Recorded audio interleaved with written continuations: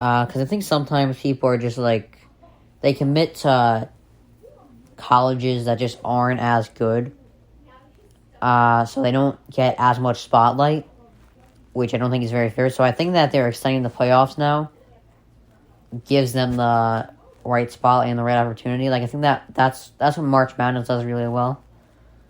You know, so I think I just think that reason alone makes it, a good idea to accept the 12-team playoff, But he opposed it. He said that I don't think there's 12 teams good enough.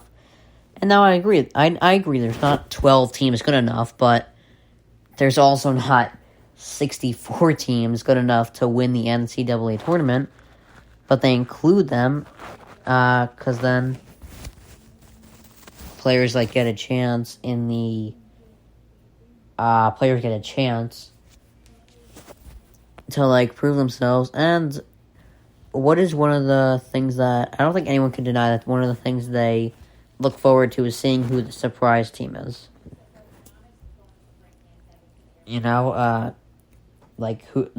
There's never a surprise team in college football.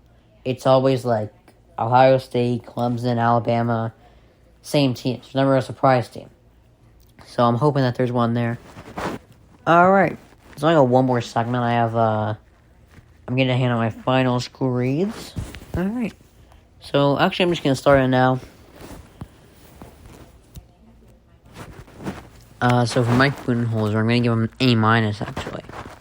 I have been critical of him, but he did the one thing I have criticized him for. He did make adjustments, and I always criticize him for that. I was he's the anti Monty Williams or something, but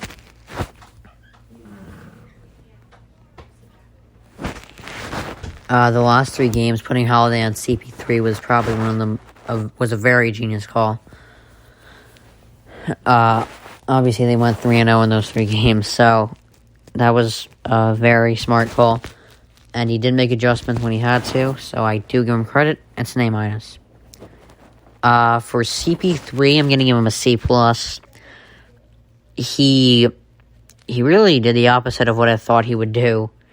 He led all players in turnovers in the finals, and he had a negative plus-minus, which is the complete opposite of what I've been saying he'd do for the whole playoffs.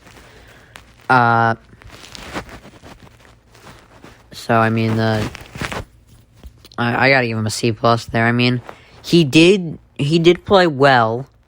He did play the best out of everyone in Game 7, or no, Game 6, but there may have not been a Game 6 had he played a little bit better in the previous games,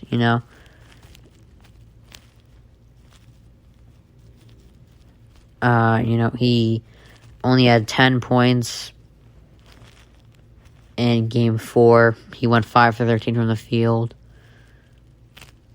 So, I mean, he had a lot of struggles after Game 2. So I gotta give him a C+ there.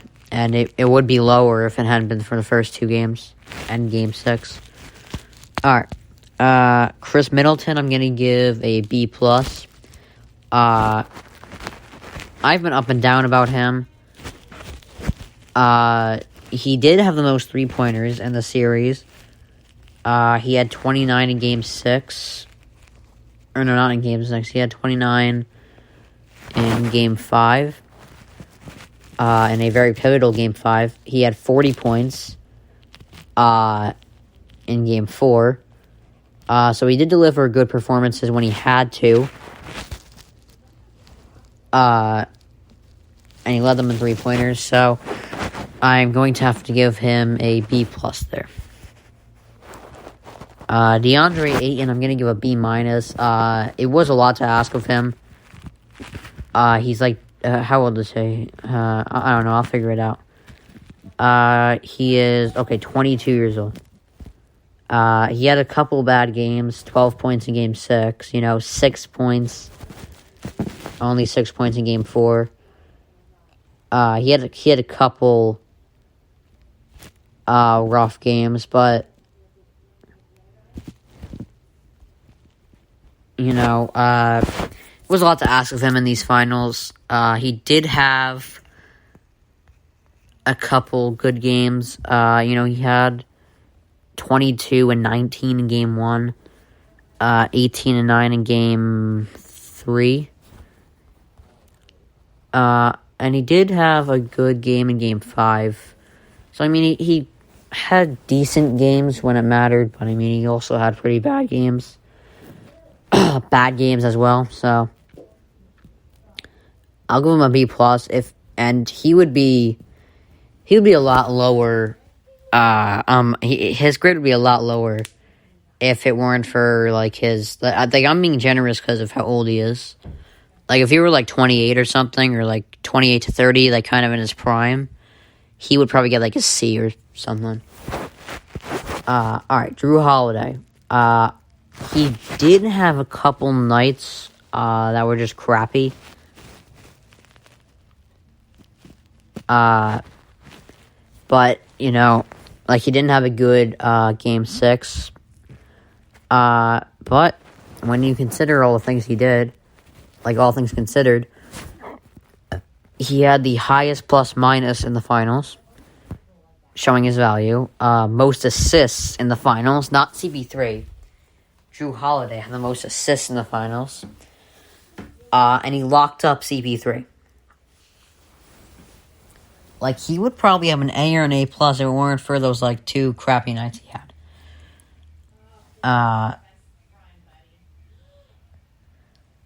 But I'm going to give him an A- there. Alright. Monty Williams, I'm going to give a B. He did well in his first 2 games, but he got a little messy with his adjustments in the final 4 games. Dropping 4 in a row definitely dropped his grade a lot, but I'll give him a solid B. For Devin Booker, I'll give him a B+. I was debating about maybe an A-, but he didn't have a pretty good game in he didn't have a good game in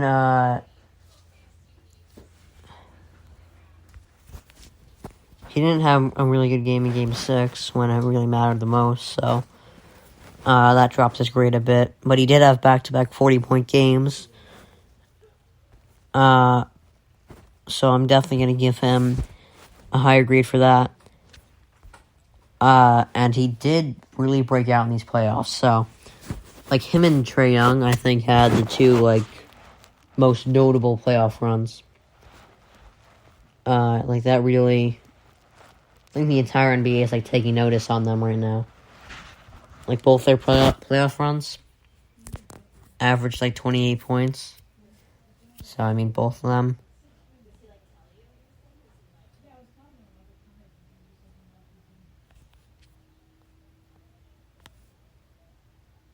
Alright. Finally, Giannis. I'm going to give him an A+. I don't think I need an explanation. Only player other than LeBron to average 35 points, over 10 boards, and over 5 assists. He also is now, I think, the only player to win, most improved.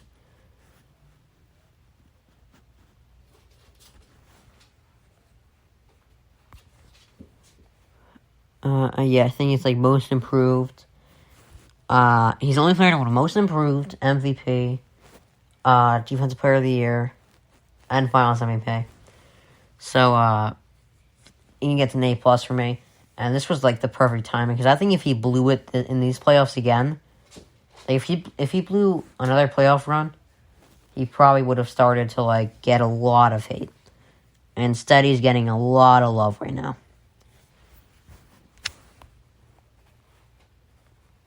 Alright. So those are my finals grades. And this was actually a really good podcast. my first one back. I was a little rusty, but I think it went pretty well. Anyways, it's Dylan Miller on Daily Dose of Dylan, Google Podcasts, Spotify, Spreaker, or iHeartRadio. It's Dylan Miller on Daily Dose of Dylan. See you tomorrow.